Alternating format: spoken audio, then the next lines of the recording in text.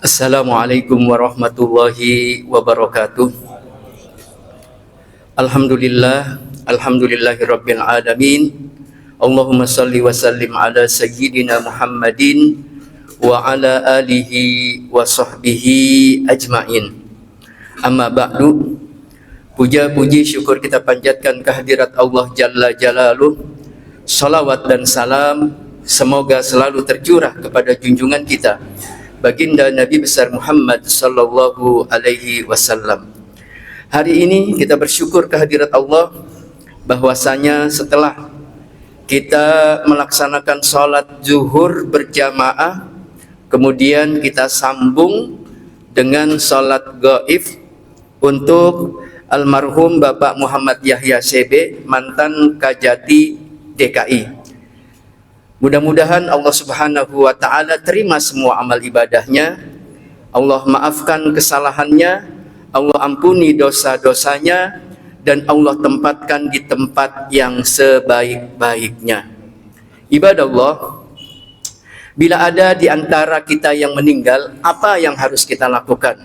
Selain kita memandikan, mengkafani, kemudian mensolatkan, maka sebagaimana sabda Rasulullah sallallahu alaihi wasallam atau kama qala Nabi sallallahu alaihi wasallam, saat ada di antara kita yang meninggal dunia, maka hendaklah kita mengamalkan apa yang disabdakan oleh Rasulullah sallallahu alaihi wasallam kepada para sahabatnya, yaitu uzkuru mahasina mautakum, sebut-sebut kebaikan orang yang meninggal di antara kalian.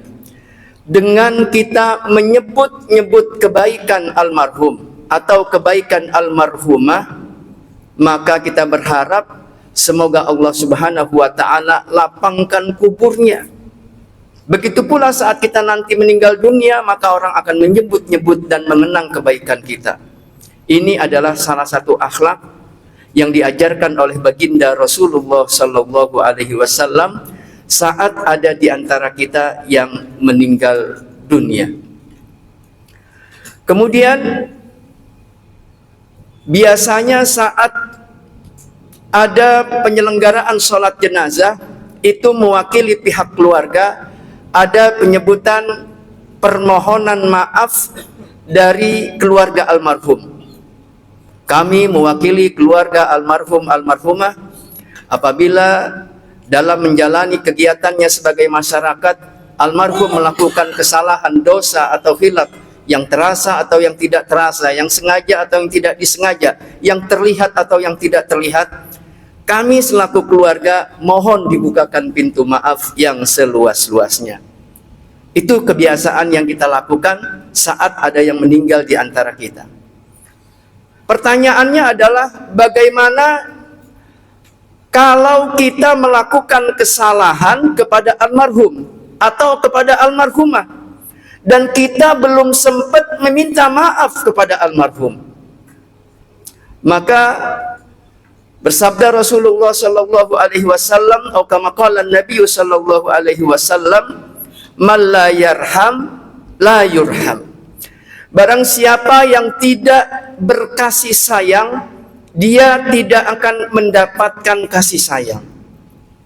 Dan kita semua meyakini bahwasanya seorang yang sudah meninggal dunia, beliau itu tahu siapa yang memandikan, siapa yang mengkafani, siapa yang mensolatkan, siapa yang mengantar ke peristirahatan terakhirnya, dan siapa yang mendoakan serta menyebut-nyebut kebaikannya. Nah, dengan kita menyebut-nyebut kebaikannya, dengan kita melakukan kebaikan kepada almarhum, dengan membantu untuk pelaksanaan ibadah sholat jenazah, melakukan takziah, mengantarkan ke peristirahatan terakhirnya, serta senantiasa mendoakan almarhumah, maka dengan kebaikan dan rahmat dari Allah Subhanahu wa Ta'ala, almarhum yang tadinya menyimpan kesalahan dari yang kita lakukan saat beliau masih hidup di dunia bersama kita, Dengan kita melakukan kebaikan-kebaikan tersebut, dengan izin Allah Subhanahu wa taala, segala kesalahan yang pernah kita lakukan saat beliau masih hidup akan diampuni oleh Allah Subhanahu wa taala. Amin amin ya rabbal alamin. Nah, kemudian saat seseorang meninggal dunia, maka akan bertanya kita, bagaimana kehidupan seorang manusia setelah meninggalkan dunia? Sebelum dia masuk ke alam akhirat, maka ada satu tempat yang harus disinggahi oleh ruh manusia tersebut. Tempat tersebut dikatakan alam kubur, atau disebut dengan alam barzakh, bukan kuburan. Kalau kuburan, lubang 2 meter kali 1 digali ke dalam, nah itu namanya kuburan. Tapi yang dikatakan alam barzakh ini adalah alam kubur, alam persinggahan dalam peristiwa kehidupan manusia.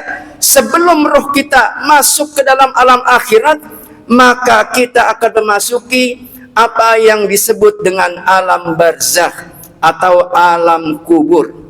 Sejak manusia pertama meninggal dunia dari zaman Nabi Adam alaihissalam sampai sekarang ini, nanti sampai kiamat, seluruh roh umat manusia akan ditempatkan di alam kubur. Terkait dengan alam kubur ini, Sayyidina Utsman bin Affan, sahabat Rasulullah sallallahu alaihi wasallam, beliau pernah melewati sebuah pemakaman, sebuah tempat kuburan. Saat beliau melewati makam tersebut, saat beliau melewati perkuburan tersebut, ternyata beliau terdiam berdiri, bahkan menangis terseduh-seduh sampai air matanya membasahi jenggot beliau yang mulia. Maka pengawal beliau, pelayan beliau bertanya kepada Sayyidina Utsman, "Ya Sayyidi, wahai tuanku, kenapa engkau menangis saat engkau melihat kuburan? Apakah engkau takut akan surga? Apakah engkau takut akan neraka?" Kemudian berkata Sayyidina Utsman bin Affan bahwasanya beliau pernah mendengar Rasulullah sallallahu alaihi wasallam bersabda, "Inna qabra, sesungguhnya kubur itu adalah awalul manazili min manazilil akhirah." Kubur itu adalah tempat persinggahan pertama dari macam-macam persinggahan di akhirat. Fa inna jaminhu fama aisara ba'dahu. Barang siapa yang selamat dari alam kubur tersebut, maka kehidupannya akan lebih mudah lagi. Wa man lam yanji, dan barang siapa yang tidak selamat di dalam alam kubur tersebut, fama ba'dahu asyaddu minhu, maka setelahnya akan lebih dahsyat lagi yang akan diterima di alam akhirat nanti, ibadah Allah. Jadi alam kubur ini merupakan prediksi awal bagaimana seorang manusia akan menjalani kehidupan di akhirat nanti. Apakah dia akan mendapatkan nikmatnya surga atau akan merasakan pedihnya api neraka, bisa dilihat saat beliau berada di alam kubur.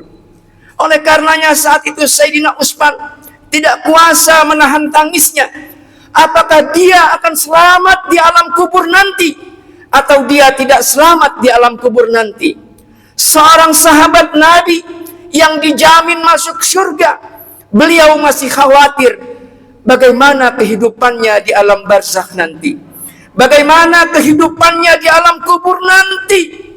Beliau masih takut sampai mengucurkan air mata yang luar biasa, ibadah Allah. Bagaimana dengan kita yang sedikit amalnya, banyak dosanya, panjang angan-angannya? Apakah kita akan selamat saat kita menjalani kehidupan di alam barzakh nanti, ibadah Allah? Ini merupakan satu pelajaran bagi kita, bagaimana kita bisa mempersiapkan kehidupan kita di alam barzakh nanti. Di dunia ini, saat tempat tinggal kita, ada yang catnya terkelupas, gentengnya bocor, temboknya retak, segera kita memperbaiki rumah tempat tinggal kita. Bagaimana persiapan kita? Yang pasti semua manusia akan mendapatkan tempat tinggal kita, yaitu alam barzakh, alam kubur. Apa yang sudah kita persiapkan untuk mendapatkan daripada tempat peristirahatan abadi kita? Apakah alam kubur kita nanti akan menjadi raudhah min riyadil jannah, taman-tamannya surga, di mana segala kenikmatan kita akan kita rasakan? Maka disitulah kita wajib mempersiapkan agar kubur kita menjadi kubur yang lapang, kubur yang senantiasa disinari terang benderang, tidak sempit dan tidak gelap gulita. Ini adalah harapan kita seorang manusia.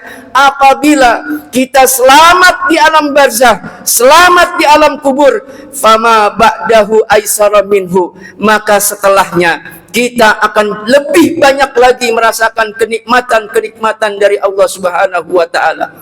Wa illam yanji, apabila kita tidak selamat di alam kubur nanti, maka kita akan merasakan kehidupan yang lebih dahsyat, yang lebih perih dari apa yang kita rasakan di alam barzakh nanti, ibadallah.